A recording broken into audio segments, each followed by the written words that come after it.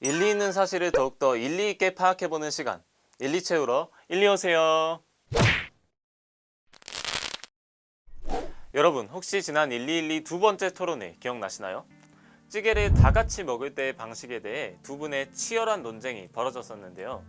한국의 찌개 문화, 그리고 이와 관련된 위생 문제에 대해서 저와 함께 좀 더 일리 있게 파악해봅시다. 김치찌개, 된장찌개, 부대찌개, 순두부찌개. 무엇이든 좋습니다. 맛있게 팔팔 끓고 있는 찌개. 만약에 이 찌개 속에 누군가의 타액이 섞인 숟가락이 들어온다면 여러분은 괜찮으신가요? 찌개 문화는 일제강점기 말부터 점차 생기기 시작했습니다. 당시 총독부는 물자를 아끼기 위해 따로 식사를 하는 독상 문화보단 겸상을 장려했는데요. 또한 당시 일제는 제2차 세계대전을 위해 각종 식량과 식기를 수탈하기도 했죠. 그 후 한국전쟁이 일어나고 우리나라의 물자는 극한으로 부족해졌습니다. 당시 대부분의 백성들은 농사를 짓는 농민들이었는데요. 때문에 많은 백성들은 배를 굶주리고 만약 밥을 먹더라도 가족 모두가 같은 식탁에서 같은 반찬을 두고 먹게 되었습니다. 요즘에는 가족 간의 식사뿐만 아니라 친구와의 식사, 그리고 회식까지 하나의 음식을 스스럼 없이 개인의 숟가락으로 가져가는 모습을 볼 수 있는데요. 시대가 변하면서 아무래도 이런 행위를 비위생적이라며 기피하는 사람들이 많아진 것 같네요. 게다가 현재 시국이 시국인지라 정부에선 식사문화 개선 캠페인을 시작하며 음식을 덜어서 먹는 습관을 강조하기도 했습니다. 그래서일까요?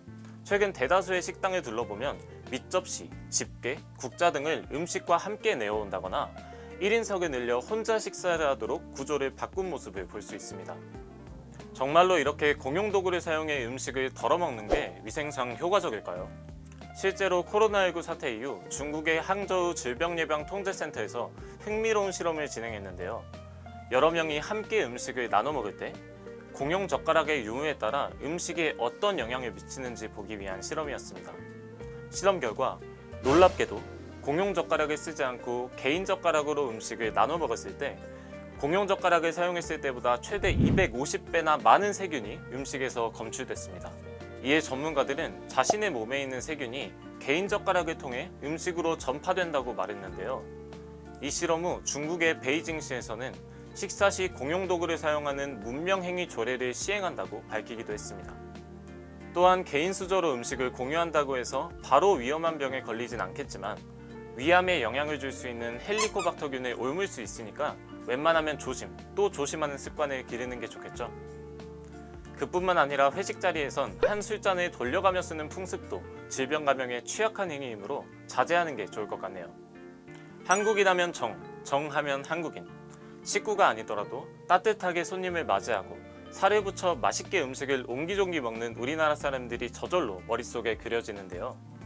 이런 친밀감 있는 이미지 때문인지 함부로 식사 자리에서 공용 도구를 사용해 각자 덜어먹자는 말을 하면 괜히 나 자신이 정없고 상대방을 비위생적으로 생각하는 것처럼 오해를 불러일으킬까봐 차마 입이 떨어지질 않습니다. 하지만 우리가 살아가고 있는 시대는 점차 변화하고 있으며 이를 통해 아무리 오래된 식문화라고 하더라도 현 시대의 흐름에 따라 바뀔 필요는 있겠죠. 덩달아 코로나19의 확산으로 인해 개인의 위생이 정말 중요시되고 있는 요즘, 비록 조금은 귀찮고 불편하더라도 상대방의 건강을 위해서 식사 자리에서 밑접시와 공용 도구를 사용해보는 것도 좋을 것 같습니다. 수십 년 동안 우리의 곁에 머무르며 때로는 논쟁을 불러일으킨 우리나라의 찌개 문화. 여러분의 생각은 어떠신가요? 일상생활 속에서 쉽게 찾을 수 있는 호불호 극과 극. 여러분의 밸런스는 무엇인가요? 일리 있는 사실들과 함께하는 예능 교양 프로그램 1212. 오늘 소식은 여기까지입니다.